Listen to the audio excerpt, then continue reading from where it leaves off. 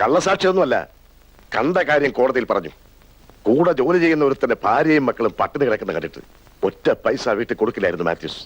കെട്ടുന്നത് മുഴുവൻ ദാദായുമായിട്ട് കള്ളുകുടിച്ച് കളയും. അങ്ങനെ വന്നപ്പോഴാ കമ്പനിയിൽ നിന്ന് മാത്യൂസിന് കിട്ടാനുള്ള തുക ഒരു 6,000 രൂപ വരും.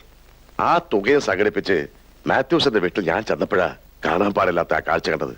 തങ്കം പോലത്തൊരു ഭാര്യയായിരുന്നു ആ ചേട്ടത്തി. കെട്ടിയവന്റെ പിടിപ്പുകേട് കൊണ്ട് അങ്ങനെയൊക്കെ സംഭവിച്ചു പോയി. കേസായി. മാത്യൂസ് ആ കേസ് കൊടുത്തത്. എനിക്ക് സാക്ഷി പറയേണ്ടി വന്നു. അവനെ ശിക്ഷിച്ചു. ആ വൈരാഗ്യം തീർക്കാനാണ് പോലും അവൻ പരോളിൽ ഇറങ്ങിയത്. ആയിക്കോട്ടെ, വരുന്നിടത്ത് വെച്ച് കാണാം. കാണാനൊന്നുമില്ല ചേട്ടാ, കുരയ്ക്കുന്ന പട്ടി കുരയ്ക്കത്തേ ഉള്ളൂ, കടിക്കത്തില്ല എന്നൊന്നും പറയാനൊക്കത്തില്ല. ആ അബുവിനെ എടുത്തിട്ട് അടിച്ച് ശരിയാക്കിയെന്ന് പറഞ്ഞില്ലേ? യുവമാരൊക്കെ എന്തും ചെയ്യും. പിന്നെ ചെയ്യാനും വരട്ടെ, നമ്മളെ കയ്യിൽ നിന്ന് മാങ്ങ പറിക്കാൻ പോവോ? നീ പോടാ. കേട്ടോ വിഷ്ണു, ഇന്ന് മോൾ എന്നോട് ചോദിക്കുക അയാൾ അച്ഛനെ വല്ലതും ചെയ്യുമോന്ന്. അയാളെ മോൾ അച്ഛനെ ഒന്നും ചെയ്യില്ല. കൂടി വന്നാ മോൾ അച്ഛനെ അയാളെ എണ്ണ തേപ്പിച്ച് കുളിപ്പിക്കും. കൂടെ മോള് എണ്ണ തേച്ചൊന്ന് കുളിച്ചോ, ബാലഗോപാലനെ എണ്ണ തേപ്പിക്കുന്ന പോലെ. ഞങ്ങൾ ഇറങ്ങട്ടെ ഏട്ടാ. ബാലഗോപാലനെ എണ്ണ തേപ്പിക്കുമ്പം പാടടി. വെള്ളം വാരി കുടിപ്പിച്ച് ചില്ലറ വാങ്ങി. അയ്യയ്യേ, നിർത്തല ജെയിംസേ, ബസ് സ്റ്റാൻഡിൽ പിച്ചക്കാർ കാശുണ്ടെന്ന പോലെ ദാരിദ്ര്യം. അവന് ദിവസവും കിട്ടുന്നുണ്ടല്ലോ ടിപ്സ് ബാറിന്ന്. അത് എണ്ണി തിട്ടപ്പെടുത്തി പെട്ടി വെച്ച് പൂട്ടിയാലേ കടുത്തുരുത്തി ജെയിംസ് അച്ചായൻ ഉറക്കം വരത്തുള്ളൂ. എടേ മന്നവാ, ഞാൻ പിച്ചക്കാരൻ എണ്ണും. നീ വലിയ പിച്ചക്കാരൻ. കോട്ടും സൂട്ടും ഇട്ട് ബാങ്കിലിരുന്ന് നോട്ടുകളുണ്ട്. പക്ഷെ അത് സ്വന്തം പോക്കറ്റിൽ കയറ്റാൻ പറ്റില്ല, പണി പള്ളിപ്പുറത്ത് പോകും. ഇത് സ്വന്തം പോക്കറ്റിൽ കയറ്റാം. എങ്കിലേ നാളെ ഇദ്ദേഹം ഷൂട്ടിങ്ങിന് പോകുമ്പോ വല്ലോ മാച്ച് ഞാനൊക്കത്തുള്ളൂ. ഇത്തവണയും കല്യാണം വേണ്ട കല്യാണം വേണ്ടെന്ന് എഴുതിയിരിക്കാണോ? വാചകം ഒന്ന് മാറ്റി മന്നവാ. കല്യാണം വേണം കല്യാണം വേണം എന്നെഴുത്. എങ്ങനെ എഴുതും? നീ ചില്ലറ ഉണ്ടെങ്കിലും ജീവിക്കും. വേറൊരുത്തനൂടെ ഉണ്ടല്ലോ, പെര നിറഞ്ഞ്. ദാദാ ദാദാ വിഷ്ണു ദാദാ. ദാദേ ഇവനാ പാവം.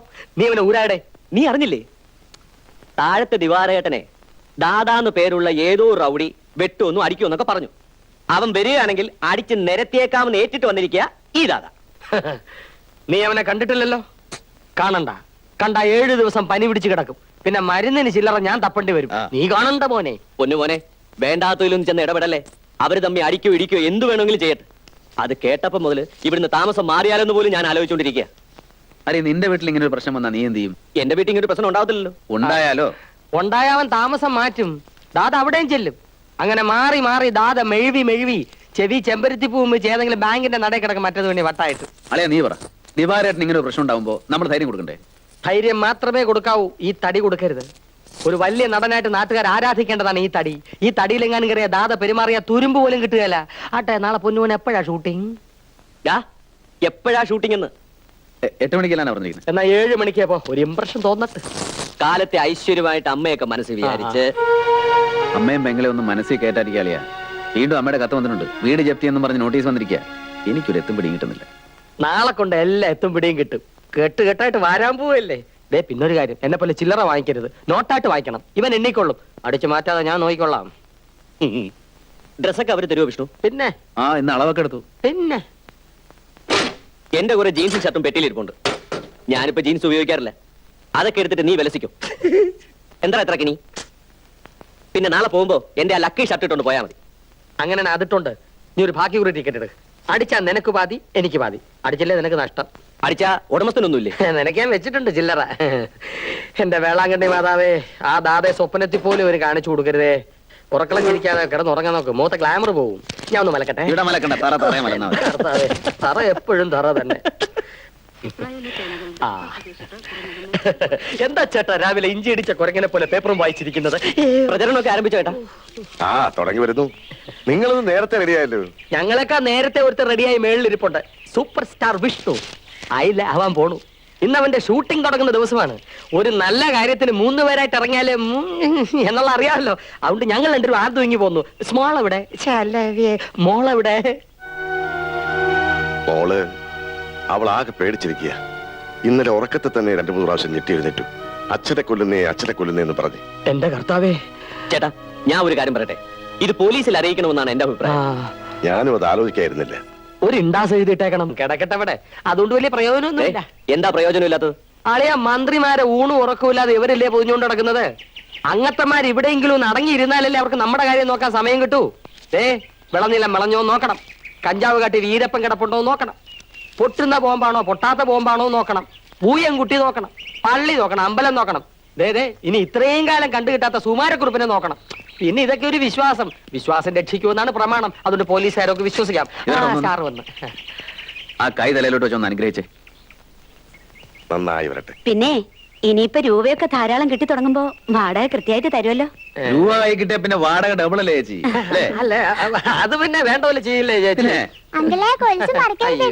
ആ കാശൊന്ന് കയ്യിലോട്ട് വന്നോട്ടെ മോളെ. പോലീസ് അല്ല അങ്കിള് വാങ്ങിച്ചു തരാൻ പോകുന്ന എന്നാന്ന് കണ്ടോ? അല്ലേ?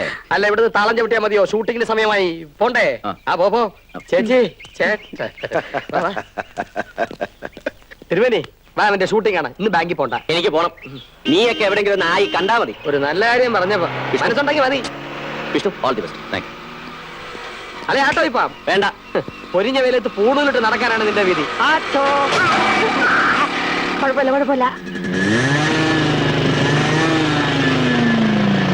ഞാണന്മാര് വന്നല്ലോ. എന്തുവാടേ ലേറ്റ് ആയത്? നമ്മളെ കാണാത്തോണ്ട് ഷൂട്ടിംഗ് സ്ഥലത്ത് നാളെ വിട്ടതായിരിക്കും. നിങ്ങളല്ലേ ദിവാറിന്റെ വീട്ടിൽ താമസിക്കുന്നത്? അതെ വാളിയാ, ഞങ്ങളിപ്പോ നിങ്ങളെ സംസാരിച്ചോണ്ടിരിക്കായിരുന്നു. ഇതാണ് വിഷ്ണു, ഹീറോ. ഓഹോ, നിങ്ങൾ ആരാ? ഒരു കാര്യം പറയാനുണ്ട്, അത് കേട്ടോണ്ടാ മതി. വേറൊരു വീട് അന്വേഷിച്ച് ദിവാറിന്റെ വീട്ടിൽ ഉടനെ മാറിക്കണം. ഓ, നമ്മളെ മനസ്സിലായില്ല. പോലീസ് ഡിപ്പാർട്ട്മെന്റിലാണോ ജോലി? ഇത് വേറെ ഡിപ്പാർട്ട്മെന്റാ. ഗുരുദാസ് ആ വീട് കത്തിക്കാൻ പോവാ. അയ്യോ, അദ്ദേഹത്തിന്റെ ആൾക്കാരാണോ നിങ്ങൾ? എന്തുകൊണ്ട് നേരത്തെ പറഞ്ഞില്ല? ചെറുപ്പക്കാരാണല്ലോ എന്ന് കരുതി ഒരു മുന്നറിയിപ്പ് തന്നതാ. അയ്യോ, എന്ത് നല്ല മനസ്സാ മൂന്നുപേരുടെ.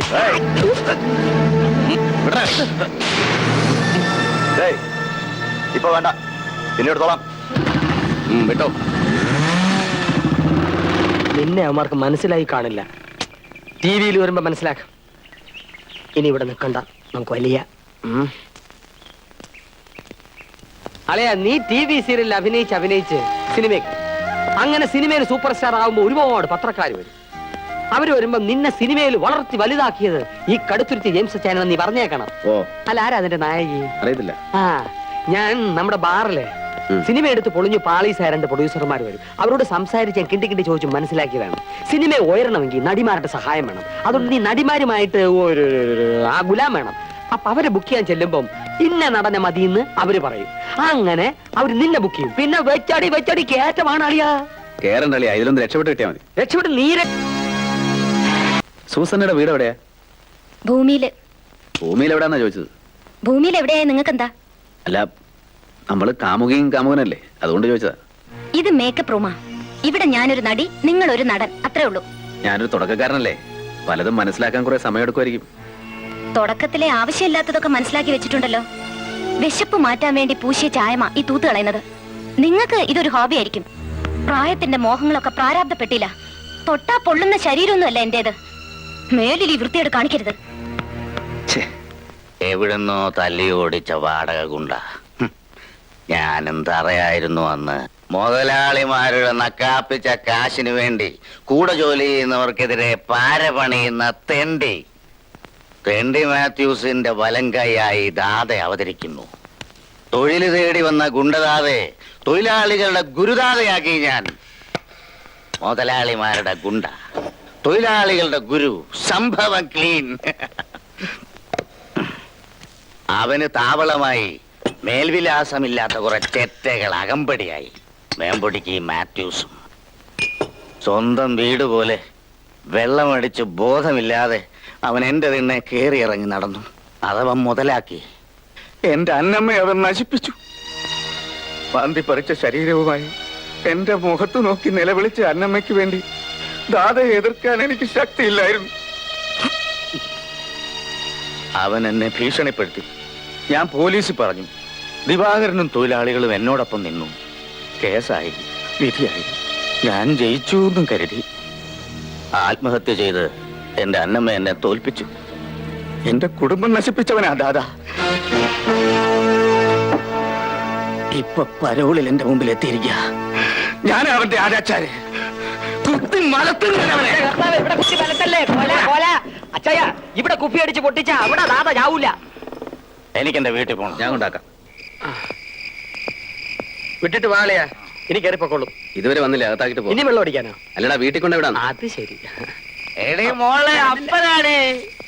എനിക്കൊരു മോളും മോനുമാ. അപ്പനാണെന്ന് അപ്പനാണ്. പാതി രാത്രിക്ക് കയറി വന്ന് അപ്പനാ അപ്പനാന്ന് നിലവിളിച്ചിട്ട് കാര്യമൊന്നുമില്ല. ഓ, സംരക്ഷകരൊക്കെ ഉണ്ടോ കൂടെ? മാന്തി പറിക്കാൻ ഇനി എന്റെ ശരീരം മാത്രമേ ഉള്ളൂ അപ്പ. ആവർത്തിക്കണോ കഴിഞ്ഞതെല്ലാം? സൂസനെ താൻ പോടോ. അപ്പനെയും താങ്ങി വന്ന് മോളെ തൊടാമെന്നായിരിക്കും. സൂസനയുടെ അപ്പനാണെന്ന് എനിക്ക് അറിയില്ലായിരുന്നു. ഇപ്പൊ അറിഞ്ഞില്ലേ? കണ്ടില്ലേ? എല്ലാം മനസ്സിലാക്കിയില്ലേ? മേലിൽ ഇവിടെ വരരുത്. എത്ര പറഞ്ഞില്ലേ ഈ അപ്പം കേൾക്കുകയില്ല. അവൾക്ക് അളിയനെ മനസ്സിലായില്ലേ? സൂസന്റെ അച്ചായന്റെ മോളാണെന്ന് ഞാൻ അറിഞ്ഞില്ല. ഇപ്പൊ അറിഞ്ഞല്ലോ. ബേഷ കിട്ടിയില്ലേ? ഇനി ഇവിടെ നിക്കണ എവിടെ? ആര്? വൈജയന്തി IPS കളഞ്ഞിട്ട് വാളയാ അവിടെ